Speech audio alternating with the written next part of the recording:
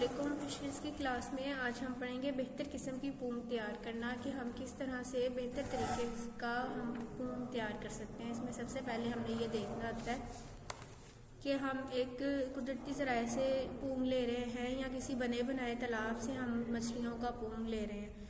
और लेते वक्त इस चीज़ का ख्याल होना चाहिए कि उसमें मछलियाँ जो हैं वो कमज़ोर नहीं होनी चाहिए, बीमार नहीं होनी चाहिए या बहुत ज़्यादा छोटे साइज़ की नहीं होनी चाहिए। बाज़-औक़ात पूम लेते वक्त नहीं अंदाज़ा होता तो नाकाबिले ज़रूरत मछलियाँ भी उसमें शामिल हो जाती हैं और गोश्तखोर मछलियाँ भी उसमें साथ ही आ जाती हैं। जो अगर हम उसी तरह अपने तालाब में उस पूम को डाल देंगे तो गोश्तखोर मछलियों की अफजाइश में जो है वो अफजाइश होना शुरू हो जाएगी और इससे हमारे तालाब की पैदावार जो है वो सारी ख़राब हो जाएगी, क्योंकि वो गोश्तखोर मछलियाँ जो हैं दूसरी मछलियों को खा के अपनी खुराक पूरी करेंगी, जिससे हमारे तालाब से हमारी मछलियाँ जो हैं वो कम होना शुरू हो जाएगी। मछलियों को जमा करते वक्त इस बात का ख्याल रखना चाहिए कि आप कौन से साइज़ की मछली ले रहे हो। कम से कम जो है वो 1.5 से 2 इंच की मछली आपको लेनी चाहिए। कुछ जो है माही परवर क्या करते हैं कि छोटे साइज़ की मछली लेके उसको तालाब में डालते हैं और उसकी पैदावार उसकी अफजाइश होने का इंतज़ार करते हैं। उस वक़्त तक मछली का जो है वो सीज़न चला जाता है। इस तरह ये अगर वो इसी तरह करते रहेंगे तो हमेशा नुकसान उठाएंगे। तो आपने ये क्या करना है कि आपने 2 इंच की मछली लेनी है जून के महीने में, उसको अपने तालाब में डाल देना है। 1 महीने तक वो 4-5 इंच की हो जाएगी और सितंबर या अक्टूबर तक जो है वो आधा किलो की हो जाएगी और आधा किलो की मछली जो है वो खाने के काबिल हो जाती है। आगे हमने जिस तालाब में हम मछलियाँ डाल रहे हैं उसकी पैदावार बढ़ा रहे हैं, हमें उस तालाब की देखभाल भी करनी चाहिए।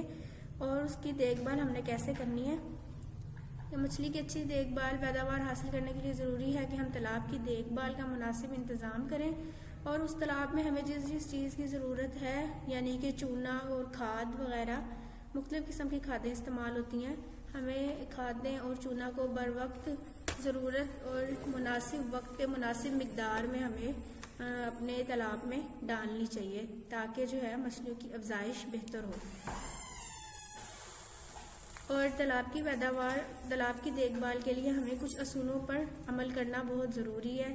उन असूलों के पे अगर हम अमल करेंगे तभी हमारा तालाब जो है वो बेहतर होगा और हमारी मछलियों की पैदावार बेहतर होगी। वो असूल कौन से हैं कि सबसे पहले हमने अपने तालाब को गोश्तखोर मछलियों से पाक करना है। उसके बाद जो उसकी बुनियादी ज़रूरियात हैं यानी चूना और खादें उसको बर वक्त ज़रूरत और मुनासिब वक्त में हमने उसमें डालनी है। और मछलियों को ज़ख़ीरा करने के लिए ऐसी किस्मों को रखना चाहिए जो ज़्यादा यानी उनकी आदतें जो हैं एक दूसरे से मुख्तलिफ हों, खुराक का इन्हिसार मुख्तलिफ चीज़ों पर हो और कम खर्चा आए हमारे तालाब पे।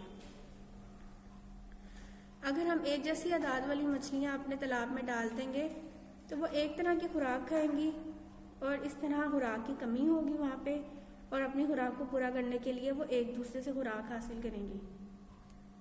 इसलिए हमें ऐसी मछलियाँ डालनी चाहिए जिनकी आदतें मुख्तलिफ हों, जो तालाब की मुख्तलिफ सतहों से मुख्तलिफ तरह की खुराक का इस्तेमाल कर सकें। मछली की मुख्तलिफ इक़साम को इकट्ठा काश्त करना चाहिए ताकि इनकी खुराक का खर्चा कम हो।